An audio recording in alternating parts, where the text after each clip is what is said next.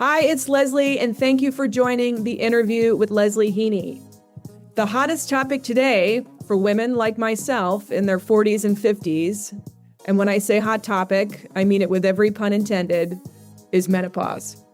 For something that is one of just two certainties in life for us women, menopause and death, it is truly shocking how little OBGYNs know about menopause or how few women are getting adequate treatment to relieve some of the crippling symptoms of perimenopause. The statistics are really staggering. 80% of OBGYNs are untrained in menopause, 75% of doctors are uncomfortable talking to patients about menopause symptoms, and 75% of women who seek care don't actually end up receiving any treatment. In this episode, I'm talking with Joanna Strober, CEO and co-founder of Midi Health. Joanna has spent her career building businesses that unlock the potential of women and their families. It was Joanna's own experience dealing with the symptoms of perimenopause that led her to create Midi Health. Midi Health is a virtual care clinic created by specialists in perimenopause and menopause. It's incredibly convenient healthcare from experts in this field, and best of all, it's covered by insurance. I myself had my own journey trying to get relief from perimenopause and am now a proud Midi Health patient. And I can say it did such wonders for me that I wanted to share my experience with Midi with all of you. For male listeners, this episode is for you too. You will definitely have a woman in your life who will go through menopause. And trust me, or ask my husband, you need to know what's in store for you. There's a lot of important information in this episode, so get ready to take notes. I thoroughly enjoyed my conversation with Joanna. I learned so much from her, and I know you will too. With that, here's Joanna Strober.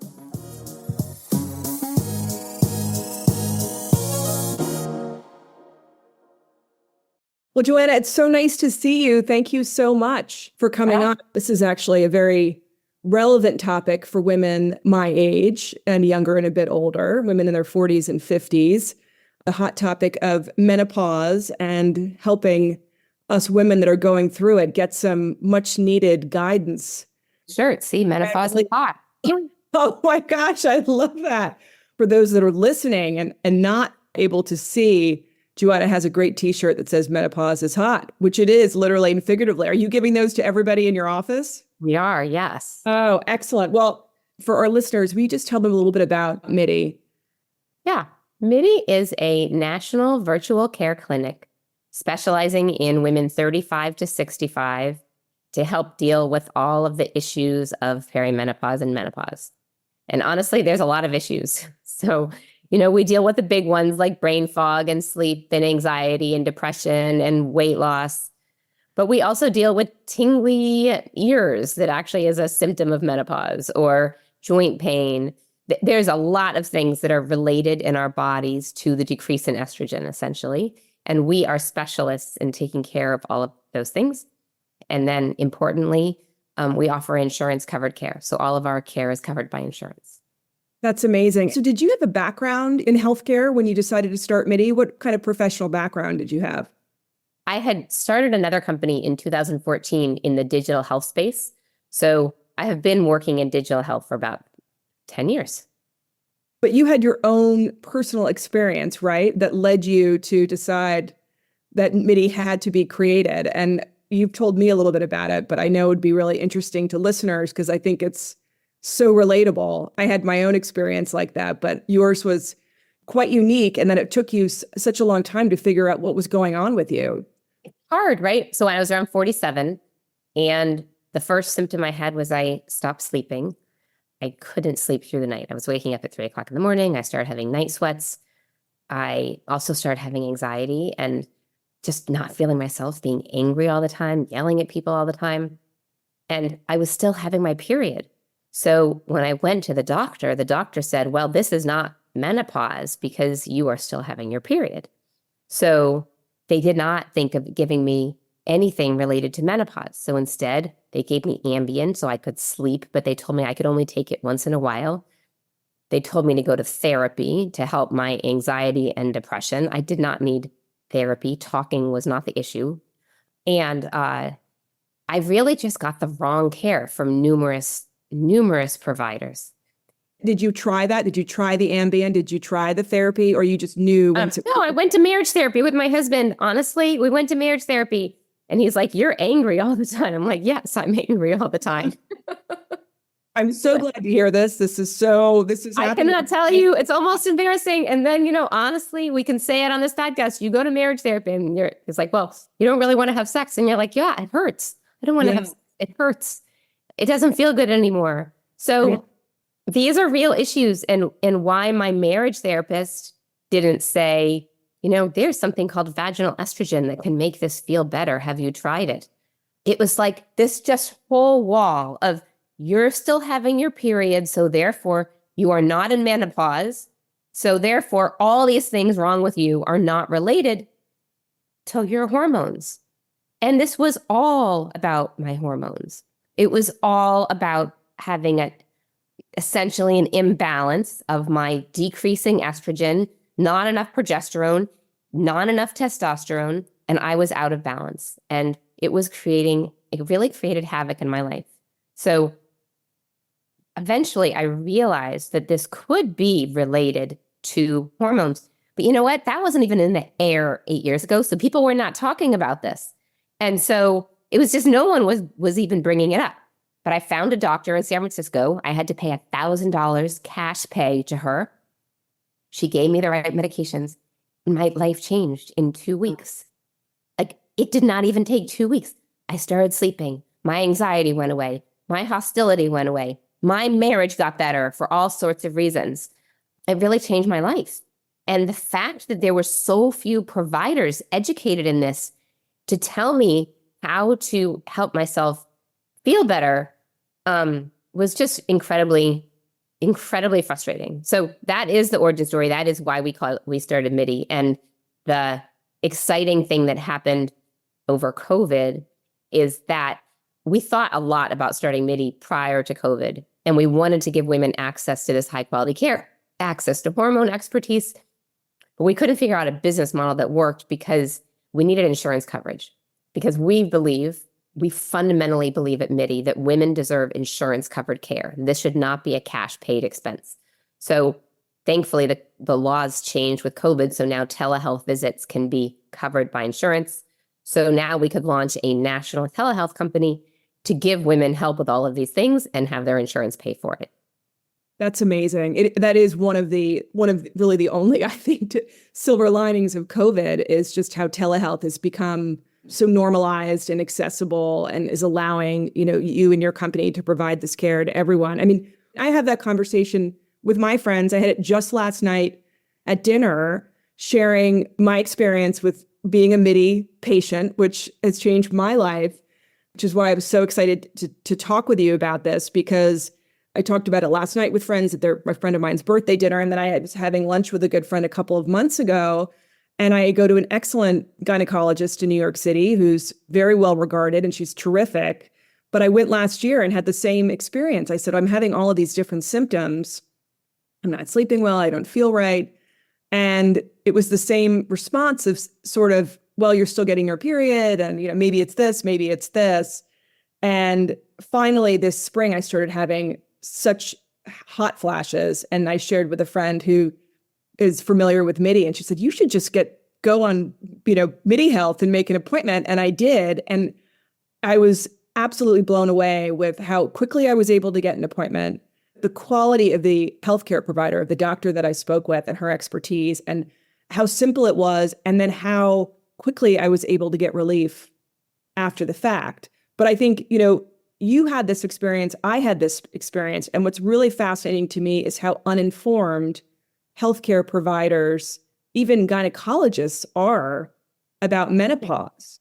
Do you want to talk about that? And I don't know if because we learn in school about puberty, we learn about the reproductive system, we learn about your periods, the cycle, how it works, but then sort of once you're out of your child rearing or reproductive years, you're sort of put out to pasture. It really seems to wonder, what they're supposed to do with us then. So why do you think that is? And are you seeing that change, that people are becoming more informed? Healthcare providers are becoming more informed? I'm not. But really, actually, this is an economic issue. So Okay. People do what they're paid to do, right? So OBGYNs make a lot of money delivering babies. They make money doing hysterectomies. They make money doing hysteroscopies. They make money doing procedures. That's where the money is, right? So you learn and you study in order to do those things to make more money. Totally makes sense. Right. So learning about menopause, taking care of menopause is a relationship where you need to talk to someone. You need to discuss issues with them. Then you need to iterate with them, right? I don't know how many Midi visits you've had, but you may have had to have 2 or 3. Maybe you start having a patch, you see it's strong enough, and then you increase your progesterone or decrease your progesterone, or I don't know if they talked to you yet about adding testosterone to help you feel better, but like it's an iterative process. Yeah. And the medical system is not built for that. So your doctor has 6 minutes with you when you go to them because that's how they're doing their billing. So the system is not built for this type of care. And so to me, it's not about actually the discrimination per se, although, the lack of research on women is astonishingly sad. But it really is that the system for men and women is not set up to deal with this type of iteration and consultative care. That's so fascinating and so true. And it's funny you say that because I've had 2 Midi visits. So I was checked in 1 month later. We checked back in and how are you feeling? So that's a really interesting point that I never thought about because most of us will go see our doctor once a year for our annual. Right. Don't have that kind of check-in about how we're doing because it's so important to manage those medications well so that you know where you are and that you're getting the most out of your hormone replacement therapy. Okay, for people who are listening that are kind of wondering about menopause and what it is, symptoms, and perhaps some definitions, because even I was confused about, some will say, well, you're in perimenopause, and then there's menopause. Will you kind of give a quick 30,000 feet on what is perimenopause, what is menopause, and what are the kind of the distinctions between the two? Yeah, I always laugh because menopause, the only thing menopause means is you haven't had your period for a year. Then you're in menopause. And then you're actually post-menopause. So menopause means no period for a year. The more interesting discussion is perimenopause. So women have a lot of estrogen when they are born. That estrogen is kind of the fountain of youth in many ways. What happens is as women get older, starting around 30, 35, the percentage of estrogen in their body actually kind of starts fluctuating like this and up and down and up and down, and eventually it goes down. It's that period of time that's called perimenopause. And it's actually those fluctuations that create a lot of the havoc in our lives. So those fluctuations are what makes it the brain fog and makes you not sleep and gives you anxiety. It's the fluctuating and then the decrease of the estrogen. So perimenopause is actually the most time that you're going to, that could be 10 years of perimenopause. And then also there are other ways you might go into menopause. So if you have the BRCA gene, you may have an oophorectomy, for example. And once you have your ovaries taken out, you go into immediate menopause. And so those women immediately need to be put on hormones so that they don't have terrible menopause symptoms. If you have cancer and you have cancer treatments, some of those treatments also will put you into immediate menopause. And so then you also need to make sure that you have the right care so that you don't have terrible menopause symptoms. Then there are also breast cancer survivors, and we are launching a breast cancer survivorship clinic specifically to take care of those women. But they are a category of women, some of whom cannot take hormone replacement therapy. There are other drugs that are appropriate for them. So this is a very specialized business that we're in, right? You need to understand, your health and then understand, are hormones appropriate for you? If so, great. If hormones are not appropriate for you, you don't have to suffer. There are lots of other medications and supplements that you can do so you can thrive. But it really is a question of getting them right and understanding your background to do that. Yeah, I do. I want to talk to you about that a little bit later, about kind of a bit of misinformation or stigma around hormone replacement therapy because of a study that was done years ago, I think, that was perhaps a flawed study about whether or not there was any correlation between that and an increased risk of cancer. And I think there's a very, very, very small subset of the population that is in that high risk group that you just mentioned, right? Where they would look for alternatives to hormone replacement. Something really interesting you just said. I didn't realize that your 30s that you would have those fluctuations.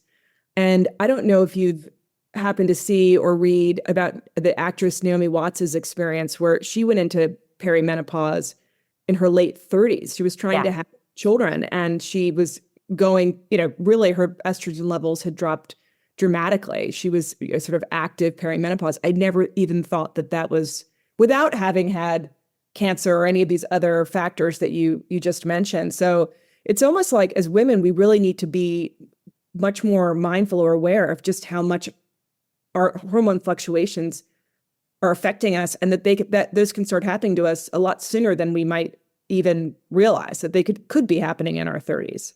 Yeah, absolutely. It starts in your 30s for many So women. the other symptoms, we talked about a couple of them: insomnia, which you and I both know well, hot flashes, vaginal dryness.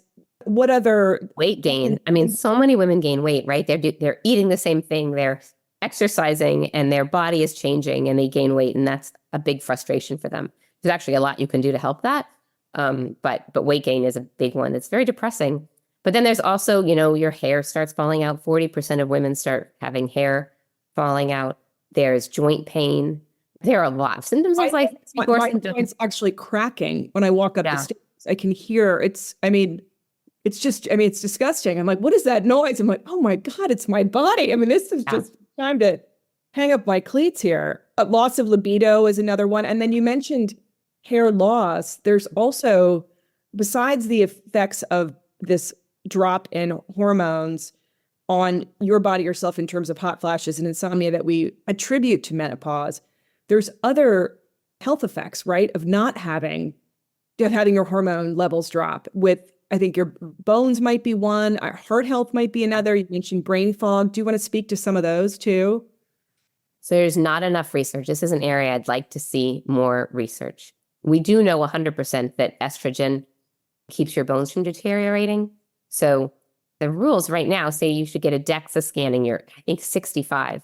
If you're of slight nature and your mother had osteopenia or osteoporosis, you should absolutely get a DEXA scan much earlier.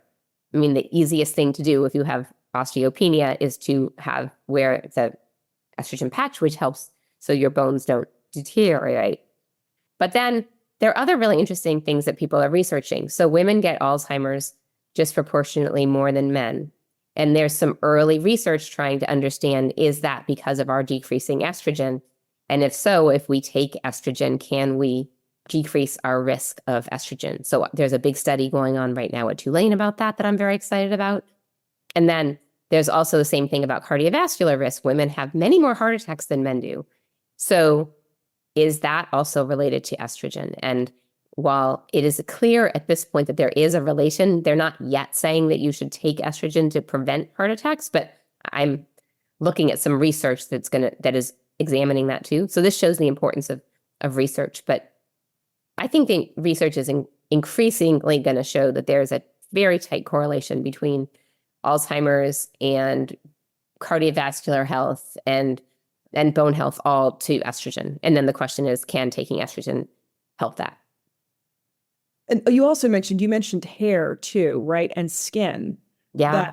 And I noticed that you all had a webinar yesterday on that topic. Do you want to speak a little bit about that too? Because I noticed the texture of my hair seems much more dry. My hair is more dry. It's more brittle. Is that common, or it is? No, that is absolutely common. And also women hair loss, right? Significant hair loss. So there's things you can do about that. You can take oral minoxidil. There's some other products that we recommend. So we have like a hair protocol that people can talk to us about. But definitely hair loss is something that is a big issue for women. And then skin. So we have actually created a face cream, which is so exciting, that is made of estriol, which is a very low dose of estrogen. So as we age, one of the things that happens is our estrogen goes down, our skin gets thinner. So when you think of old ladies, they have very thin skin. Yes. And their skin is less moist. So getting back to vaginas and vaginal estrogen, we have long known that if you put vaginal estrogen in your vagina, it thickens the wall of the vagina and makes it moister, which is what makes it so that sex is not painful. We have actually now, Midi is making a compounded face cream with a similar estriol, which you put on your face, and it thickens the epidermis and it makes it moist in the same way that it would do for your other parts of the body that are estrogen deprived. So I will tell you a funny story. This cream actually used to be sold in the 50s in department stores, and they had a bunch of tests on it, and the ads are hilarious about how much better you'll look for your husband if you use this. And then the FDA decided that it was a prescription. It had to be a prescription. It couldn't just be in the regular department stores. And so they stopped selling it. But the research on estrogen in your skin is very strong. As you mentioned, sort of about the vaginal inserts to help with the building and the elasticity and the moisture of that skin, it makes perfect sense. It's just kind of that it would work on other parts of your body and other skin. Oh, that's incredible. I can't wait. Is it available now? Yeah.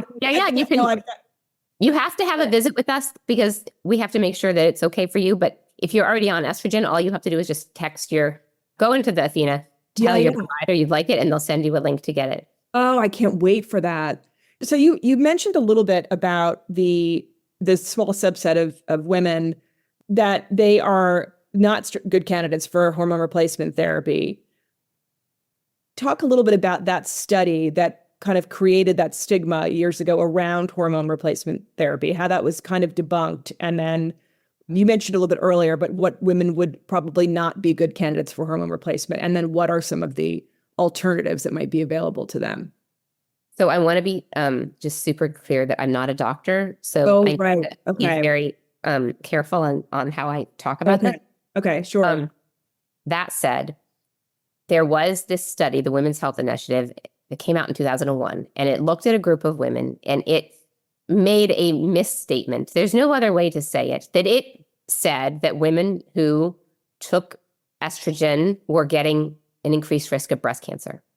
And, the world is terrified of breast cancer. So the whole world stopped and said, okay, no more hormones.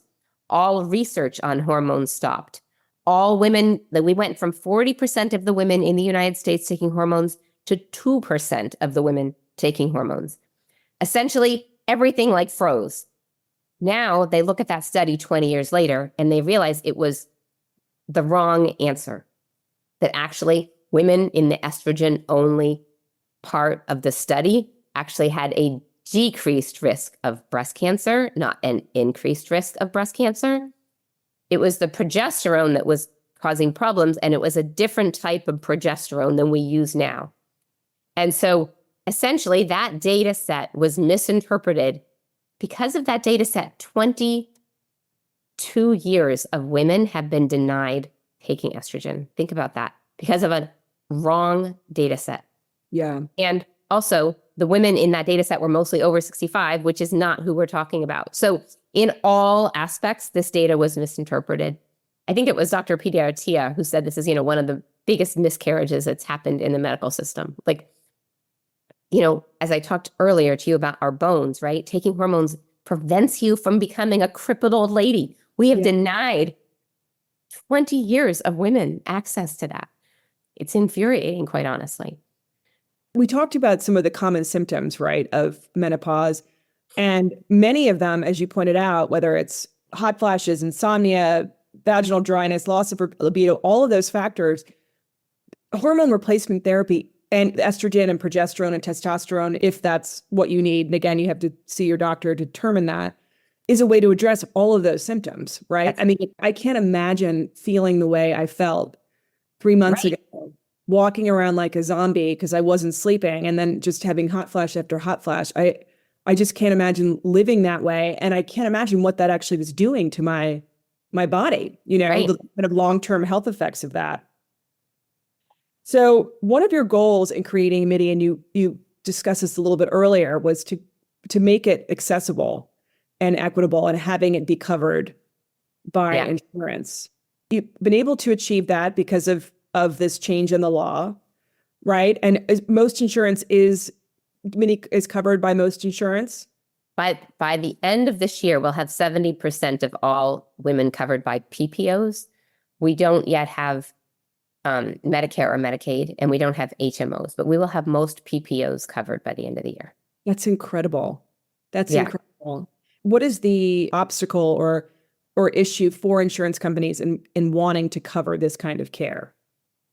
I mean, it really is, this idea of covering virtual practices is new, right? So it's a lot of work, money, time to get a virtual national 50-state coverage. Right. So it's just as...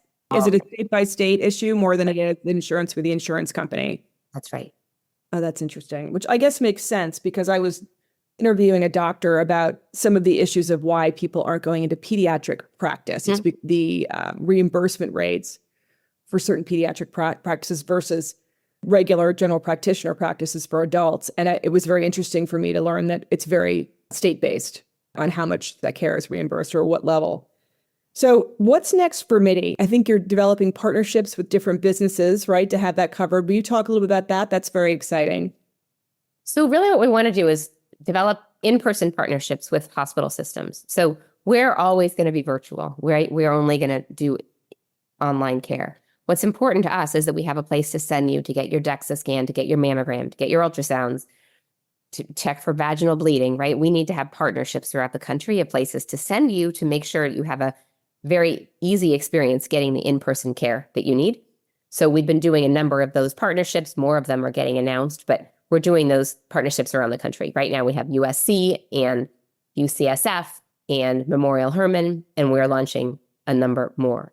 So it is really about making sure that women have access to comprehensive care. And our goal is just to do the virtual care and then get you in person when it's appropriate.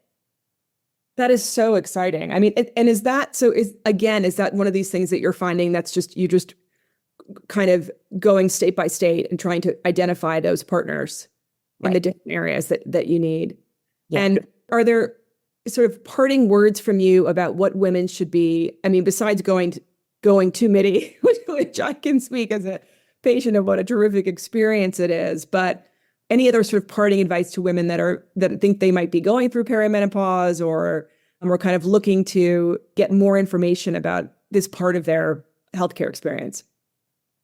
There's a lot of gaslighting. A lot of times when you go to a provider, unfortunately, they tell you that it's just not a big deal. And that what you're experiencing is not a big deal. And, that 30 pounds you've gained, that's just normal. The fact that you're not sleeping, that's just normal.